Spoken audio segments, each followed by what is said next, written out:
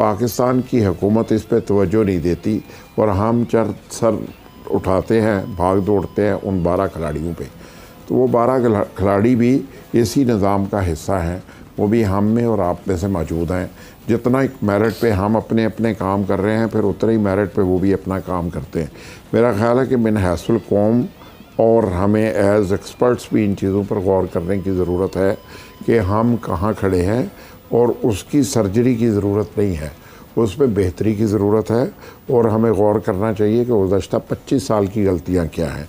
पाकिस्तान की क्रिकेट ने 25 साल एडिशनल आपको वर्कआउट करके दिया है, सिस्टम की नाकामी के बावजूद, क्रिकेट के पीसीबी के खिलवाड़ के बावजूद और खेल में मुकम्मल सियासत अरूज पे होने के बावजूद आपको पाकिस्तान के इसी लिमिटेड टैलेंट ने पाकिस्तान में बहुत इज्जत दी है।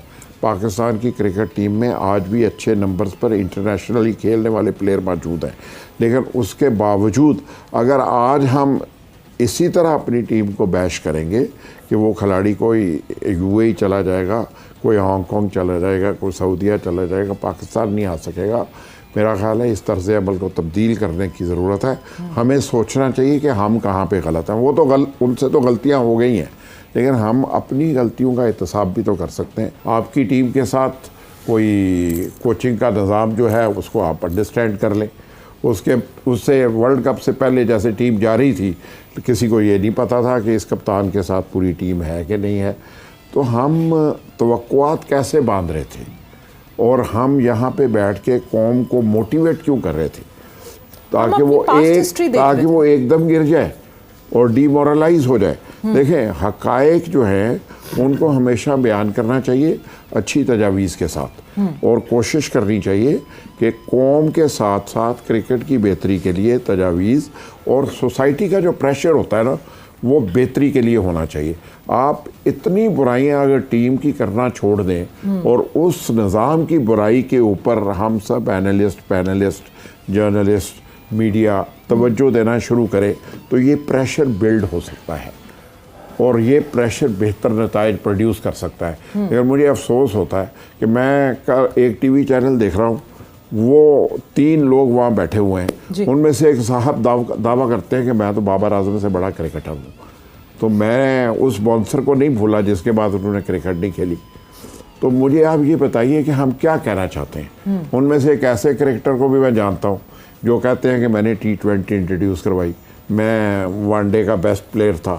भाई, आप किस तरह माइनस हुए, कैसे एलिमिनेट हुए? तो हम सबको इन चीज़ों पर गौर करने की ज़रूरत है कि हम कैसे बेहतर हो सकते हैं। मेरे नज़दीक एडमिनिस्ट्रेशन, क्रिकेट 2 अलग चीज़ें हैं और हम इन दोनों को अलग अलग ले के चलना चाहिए और एक दूसरे के काम में मुदाखलत नहीं करनी चाहिए। क्रिकेट बोर्ड की जो एडमिनिस्ट्रेशन है वो एंटायरली डिफरेंट है, क्रिकेट टीम की जो एडमिनिस्ट्रेशन और मैनेजमेंट है वो बिल्कुल अलग काम है। हमें इनको डिफ़ाइन करने की ज़रूरत है और उसके बाद बच्चों को इंफ्रास्ट्रक्चर देने की ज़रूरत है। आपको स्कूल क्रिकेट पे तवज्जो देने की ज़रूरत है, इंटर कॉलेजेस की ज़रूरत है, इंटर सिटी की ज़रूरत है, इंटर यूनिवर्सिटीज़ की ज़रूरत है। मुझे इत्तफ़ाक़ है कि मैंने पंजाब यूनिवर्सिटी में क्रिकेट को देखा है बहुत करीब से। आप यकीन मानिए कि उससे पहले वहाँ पे ट्रायल के लिए 100-150 बच्चे आते होते थे। मैंने कोशिश की, I put my best effort, तो मैंने 1200 बच्चों को ट्रायल पे आते देखा है, 1400 बच्चों को ट्रायल पे आते देखा है। तो लेकिन अब हमारे यहाँ वो कॉन्सेप्ट ही ख़त्म हो गए हैं कि आपने मोटिवेशन कैसे देनी है। मोटिवेशन इन बच्चों को जो 12 क्रिकेट खेल रहे हैं उनको ज़रूरत नहीं है। मोटिवेशन उस जनरेशन को है जिनसे आपने टैलेंट तलाश करना है। उस टैलेंट को तलाश करके आगे लेके आए तो शायद हम आगे बढ़ सकेंगे। बिल्कुल। वो तो मिसबाउल हक भी सिलेक्शन करने के लिए आते हैं पंजाब यूनिवर्सिटी की। जी, मिसबाउल हक भी आते रहे, बाकी भी तमाम दोस्तों को हमने हमेशा रिक्वेस्ट की, इनसे इंस्पायरेशन लेता है ना यंगस्टर, जब इंस्पायरेशन लेता है, अपने स्टार्स को अपने साथ देखता है, तो उसका एक जज्बा ज़रा डिफरेंट होता है। और मैंने वैसे क्रिकेटर्स को कभी नहीं देखा कि वो कभी माइनस होते हों, वो जहाँ कहीं कौम को ज़रूरत होती है उनके साथ खड़े होते हैं। मैंने ट्रायल के लिए जब भी कभी किसी को रिक्वेस्ट की वो अवेलेबल हुआ, किसी को कोचिंग के लिए टिप्स के लिए भी बुलाया तो वो भी अवेलेबल हुए। और टीम के कप्तान भी आए, कोच भी आए, सब क्रिकेटर आते हैं, उनके अंदर ये स्पोर्ट्समैन स्पिरिट मौजूद होती है। लेकिन वो हैं तो पाकिस्तानी ना, जो हमारा कल्चर है, हमारी आदतें हैं, हमारी जबलत है, वो तब्दील तो नहीं होती। हम हसद का शिकार भी होते हैं, सिस्टम भी बिगड़ता है, तो इसे मेंटली स्ट्रॉन्ग करने की ज़रूरत है और वो आपको बनाना होता है। क्रिकेटर भी बनाना पड़ता है, उसके बाद उसको एक अच्छा इंसान भी बनाने पे काम करना पड़ता है।